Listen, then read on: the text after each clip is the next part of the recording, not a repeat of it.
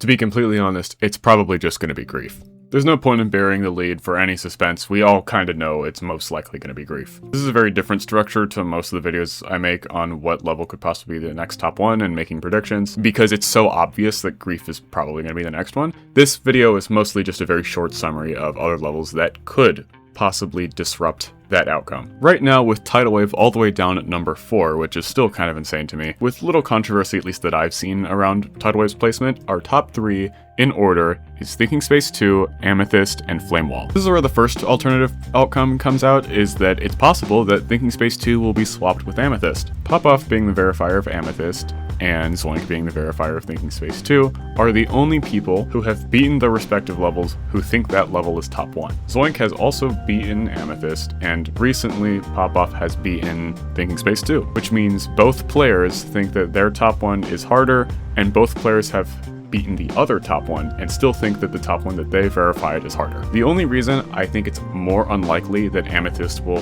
be swapped back up to the number 1 spot is because Popoff is like kinda opinion banned. He's issued some wacky opinions before, so I think it's a little more unlikely that the demon list will take his opinion quite as seriously. But it is still totally possible that Amethyst gets placed at number 1 before. I personally think it's more likely that Thinking Space is harder just because, like, I also am inclined to trust Zoink a little more. I know there's verifier bias and all of that, but honestly, there's no concrete answer that we're going to get until at least a few months or years down the line when more people are able to beat both of these levels. Before we get to the 2 levels that I think do have a slight chance to release before Grief, I wanted to mention a couple levels that I do not think are going to be contenders, at least not for a while, and those levels are Heliopolis and Vehemence, because Heliopolis has been kind of on the quieter end of the happening spectrum. There's been pretty little activity, which is frustrating because I really like this level and I would like to see it verified. So I think it's unlikely that anything will happen with this level before stuff happens with Grief or one of the other contenders.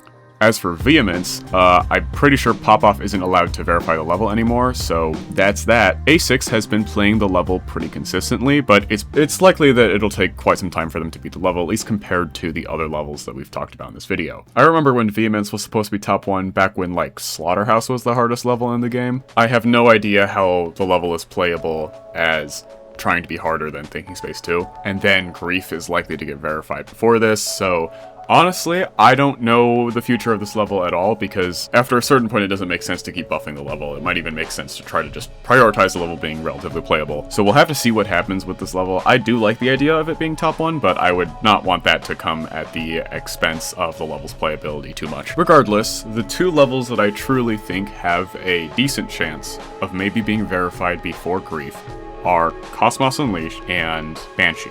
All 3 of these levels, Grief, Cosmos Unleashed, and Banshee, like, it's just a war of attrition at this point. We have 3 very talented players all playing very, very difficult levels, and it really just comes down to which one gets lucky first, or who's the most unemployed, I guess. I don't know. Like I've said throughout the video, like, I still think Grief is most likely, just because Doggie has recent progress. He's been locking in, I guess. He got 83, of course, whereas the progress for the other 2 levels is not quite as recent. So for Banshee, SP Create, who is currently verifying the level, got 31 to 100 after the Leco 4 incident, so pretty recently, and of course still has the 86% run from 0 from way back. I'm not sure how relevant that run is anymore because I'm not sure if it's been buffed since. And also the placement of this level is rather uncertain. Cosmos Unleashed is in a slightly different story because there is more recent progress, as our Shadow recently got 19 to 91, which is pretty much the entire drop, and of course has other impressive runs such as 57 and 49 to 100.